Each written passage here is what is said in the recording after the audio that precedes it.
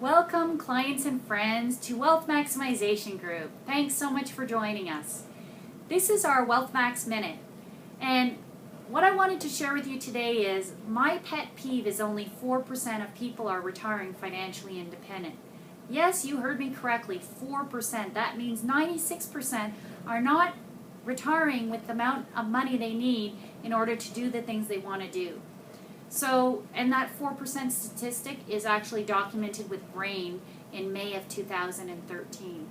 So, why is that, and how can we do something to improve that? Well, one of the things I wanted to show you today was how you can do that in a really simple way. So, the goal of these Wealth Max Minute tapes is very simple.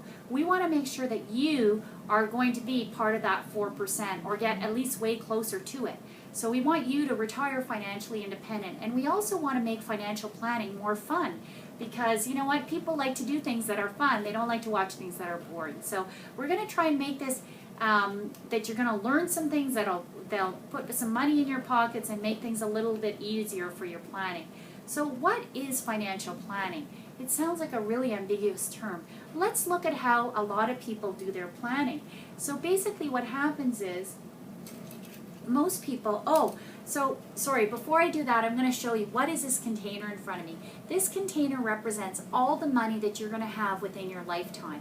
So basically, from the time you start working to the time you die, or the time you get your first amount of money, I guess, from your parents till the time you die, let's say that this is the amount of money that you're going to have. So some people's containers will be a bit bigger, some people will be smaller, but the point is, how can we get the most out of the container, the most of what you want out of whatever your container is? So let's say this represents all the money that you have. What's the first thing that most people do? Well, they get out of school, or sometimes still in school, what do they want? They want a car. So that's the first thing that people tend to buy. And after they've got that car, you know, eventually as they're going through life, often they'll meet that special somebody, whoever that might be, and this is my little wedding couple, and they get married. And so that goes into their bucket. That costs them some money, or hopefully they get some money from family to help them out, but it's still going to cost them some money. What's the next thing that tends to happen is they want to buy a place to live in, whether it's a condo or a house. I have my little house here, but they want to have a place. If they're going to be somewhere for a while, most people realize you're better off to buy than to rent, so they're going to look at hooking up to a mortgage, and they're going to think they're broke after that because all their money is going to their mortgage. So what happens after that? After that, they've got the house and they're tied down a little bit, often they'll decide that they want to add to their family a little bit, so they get Fido.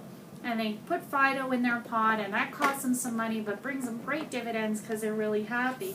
And more times than not, although it's a personal choice, but a lot of people are then going to decide that they want to have kids. So they'll have their kids. In this scenario, we're showing that this couple decided to have 3 children. So they're going to have their 3 kids, and kids are a huge emotional asset, but they're also a financial cost to them. So they're going to cost you some money, of course, you know. So some people will decide also that, you know, in order to spend time and keep the kids busy and out of trouble, they'll want to have a vacation property. They'll want a cottage, or they'll want a property in Florida or something, whatever it might be. So they put that into their bucket. And of course, when you decide to have those kids, you know, the expenses don't stop, because if you want to educate them more than high school, it's going to cost you some money. College or university, we're going to throw those costs in too. So if you plan for those, you can fit those easily in your bucket. And what else do you have along the way? Stretching over here to grab the last couple of things. Well, along the way, you're probably going to want to have some hobbies and fill your bucket with some interesting things. So people will have some hobbies. So here we have a golfer. So if you can golf, or if you enjoy golf, you spend some money on that. Everybody has their own hobbies, whatever keeps them happy. If you're a client, you probably know I like to make jewelry. So I'm going to just take off this ring that I made. That's another hobby that you can have, throw the ring in. And of course, everybody wants to go on some vacations. So we're going to go and throw in our little chair with our umbrella in here. And last but not least, you're going to want to make sure that you plan for something that's really important, which is your retirement. So we got grandma or grandpa and the grandchild there.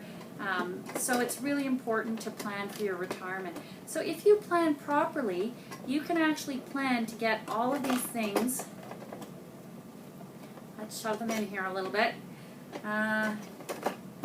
You can plan to get all of these things to fill up your bucket with all those important things, whatever's important to you. But you'll have some more space. If you look, we have some more space in our bucket. So what happens is we tend to fill the space with other things. We have other goals. Might take more vacations. We want activities for our kids. We want soccer, hockey, baseball, whatever it may be, yoga, golf, all these things that we want to do, more vacations, all kinds of other goals, painting, whatever your hobbies are, whatever you like, going out for dinner, all the things that you want to, sorry, a little noisy there, all the things that you want to spend your money in. And now I ask you, is the bucket full? And when we look, no, it's not really quite full. There's still some room in there. So then we always manage to find in life, there's always something sparkly. And again, I told you that in my world, I left jewelry, which is kind of sparkly, but I love these things. I don't know if you can see it, but these little sparkly pink gems are like the sparkle, whatever sparkles for you, whether it's cars or trips or renovations to your house or getting a bigger house or whatever. So what tends to happen is we spend the rest of our money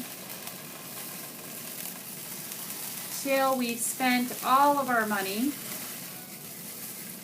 and we filled in all the gaps, and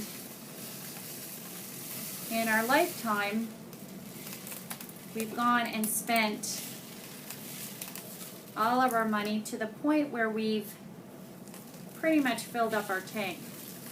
Oops, could you pass me another container? I've got a little bit more room here. So you can see we got a little more spending room here, so we're gonna put a few more gems in here until we can actually say that our container is pretty much full. And I'm making a bit of a mess, but that's okay because life is a little messy sometimes, not exactly how we plan.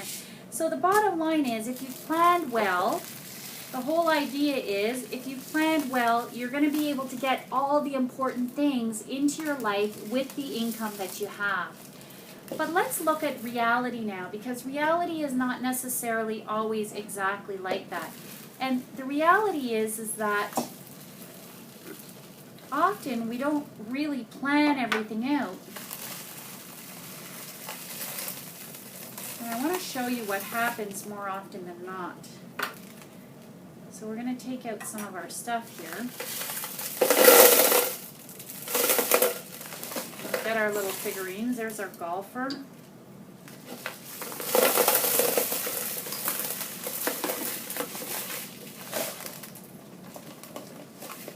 We got two of our kids, our married couple here. Fido, can't forget him, in our cottage. And there's our other child. Our education. Haven't found the ring yet. Oh, there's the car. Oh, and there's the ring on the top. Okay, so let's look at how this works more in reality. So what I tend to see people doing is this, where they get out of school and, yeah, generally they do the same thing. They buy their first thing which they want, which is a car. And then they realize that they've got all this free cash flow, so they decide that they're going to spend some money. So they spend some money, and then they decide, yeah, that they've met someone. They still go along and they finally meet someone, so they decide to get married. And they still go through the same process where they get Fido, and then they decide that they're going to buy their house. So sometimes it's in a different order, it doesn't matter, but basically all this stuff is going to come in. And then they still have their same 3 kids, because we want to do a comparison here of what it's like if you plan or you don't plan. So they have their kids in there, and then what they do is they tend to just start saying, well, we want stuff and everything's at such a low interest rate, let's just get it. So why wait? And that's what all the commercials tell us. So they just start buying a whole bunch of stuff. And they get all this sparkly stuff in their life that's really fun for a little while. And then, you know, they decide that they want a vacation property. So they decide to get a vacation property.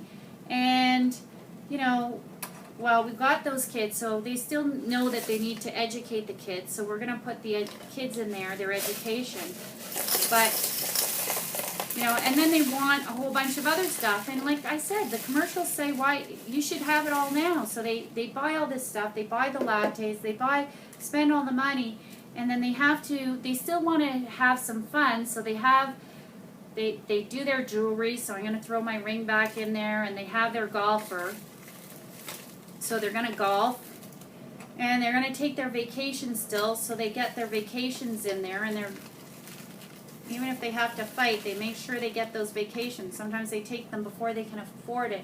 And often what happens is they come to retirement and, oh my goodness, I haven't planned enough. And so what happens is by the end, sometimes they still have a mortgage, or they haven't paid for their properties, and they haven't saved enough for their retirement. So they're not getting everything that's important to them. So they're taking the same resources, but because they didn't have a plan, and because they didn't put the most important stuff in first, they don't get what they want out of life.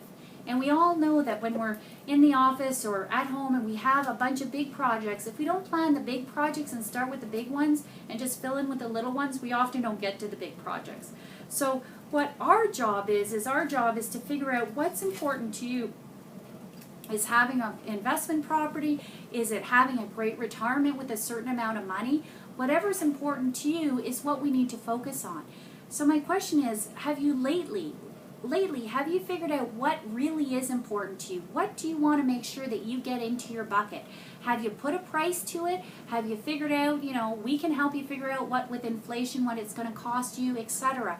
But you need to put a price to these things, and then you need to figure out, how you can attain them and what is really more important. Is it the pink sparkly stuff that you see, or are these big things? Are you actually giving up on the big things by taking all the little, filling your bucket with all the sparkly things that sure felt good at the time, like you went on shopping sprees, but come retirement when you're eating, like I did one summer when I was trying to build money, coleslaw and potatoes, it gets a little dry after a while. So let's make sure that we take care of what's important. So the last time your advisor sat down with you and helped you figure out what these important things were going to cost, and you figured out how you were going to reach those goals, were you happy with that?